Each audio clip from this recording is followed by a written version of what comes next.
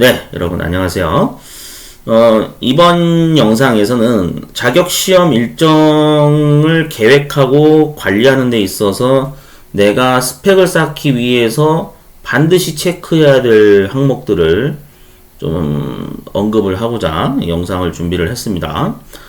현재 국가기술 자격시험을 준비 계획 중인 응시자분들이 연령대가 다양할 겁니다. 뭐 기능사 종목을 응시하는 분들 중에 50대이신 분들도 있을 거고, 나이가 60대 이상이신 분들도 있을 거고, 뭐 아니면 진짜 20대, 30대, 뭐 10대 연령도 있을 거고, 되게 다양한 연령층이 지금 자격증 시험을 많이 보고 있는데,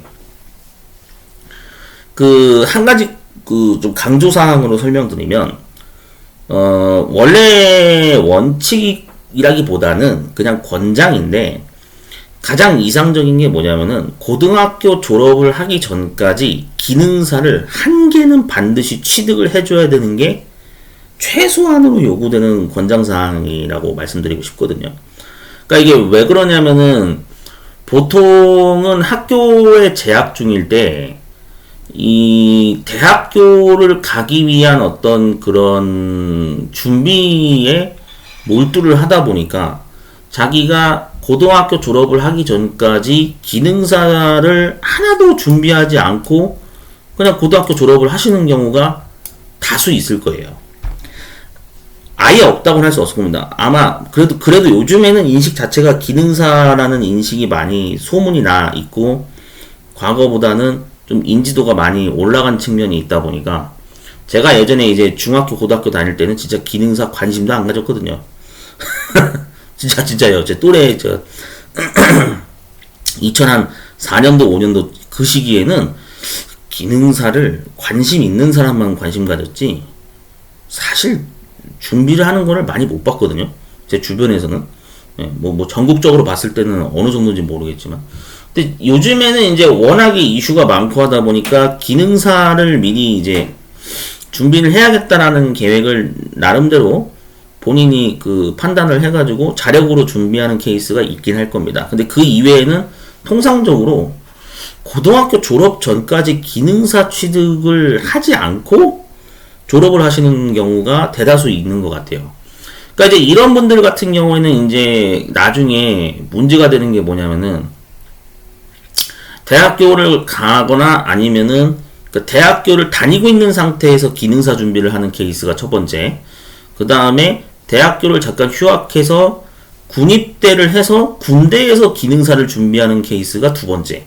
그러니까 이런 첫 번째 케이스와 두 번째 케이스가 되게 이제 흔하게 존재하는 경우가 발생하는데 이게 참 애매한 게 뭐냐면은 군 복무를 18개월을 하고 있는 중에 기능사를 만약에 이제 준비해서 취득을 했다. 그럼 이게 이제 나중에 뭐가 문제가 되냐면은 뭐 어차피 대학교 졸업을 하시는 분들이 대다수라고는 하지만 근데 대학교를 안 가시는 분들도 있겠죠. 아니면 중퇴를 하시는 분들도 있을 거고. 그럼 이제 이런 분들 같은 경우에는 산업기사 응시 조건이 안 맞아가지고 나중에 뭐 다른 루트로 해서 뭐 학점은행제를 뭐 이용한다든지 막 그런 케이스가 또 많은 걸로 알고 있어요. 예.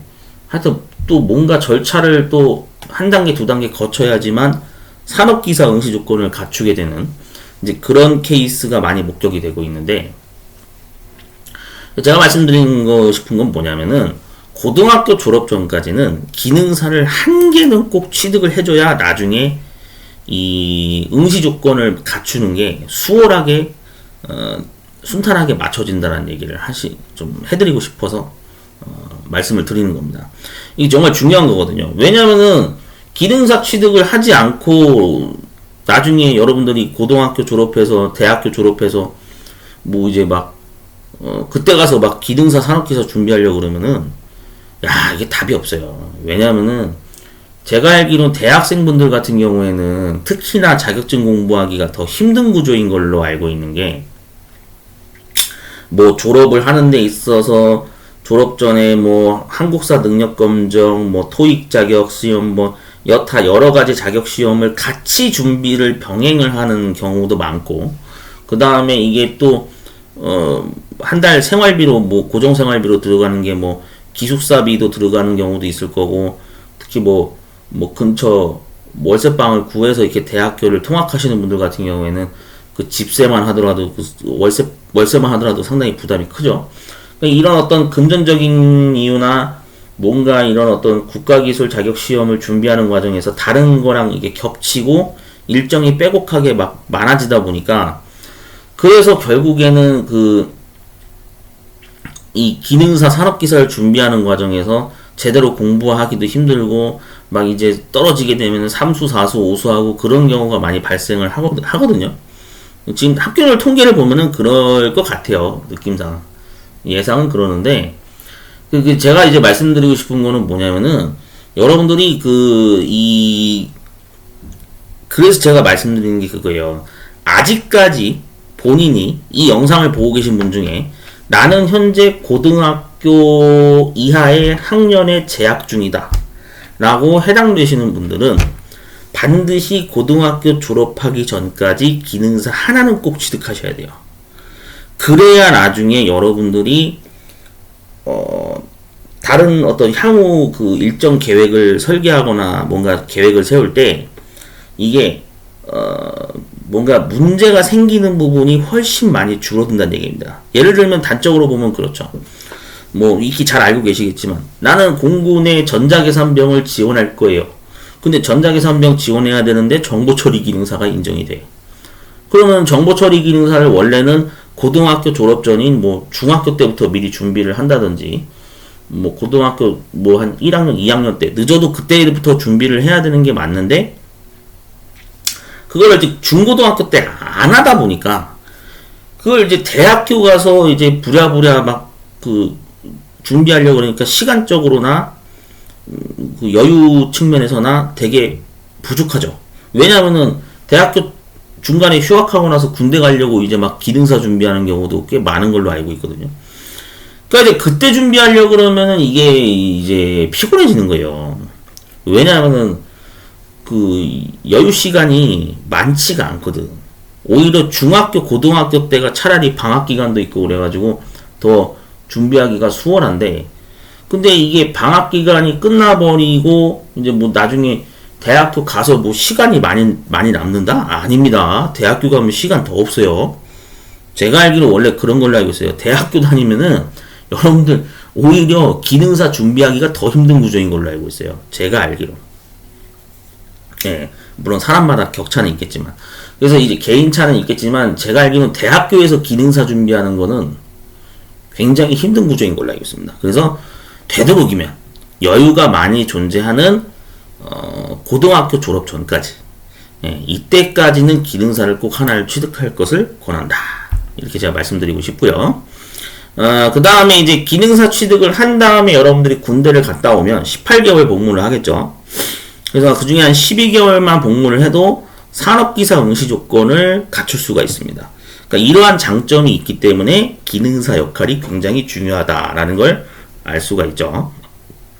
자, 그래서 인정되는 그 동일 유사 직무 분야 기능사인지 용문을 사실 판단하는 거는 이제 산업인력공단이 판단하는 거라서 거기에 심사를 받아야 되는 부분도 별도로 있긴 합니다. 근데 웬만해서는 제가 여기서 언급하는 전자 분야 자격증이나 또는 통신 분야에서 통신공사협회에서 인정되는 자격증 기능사들은 하나만 있어도 나중에 여러분들이 사무자동화 산업기사라든지 정보처리 산업기사를 응시할 수 있는 그러한 루트를 탈 수 있으니까, 그래서 기능사의 역할이 굉장히 굉장히 중요하다라는 걸 다시 한번 강조드리는 부분입니다.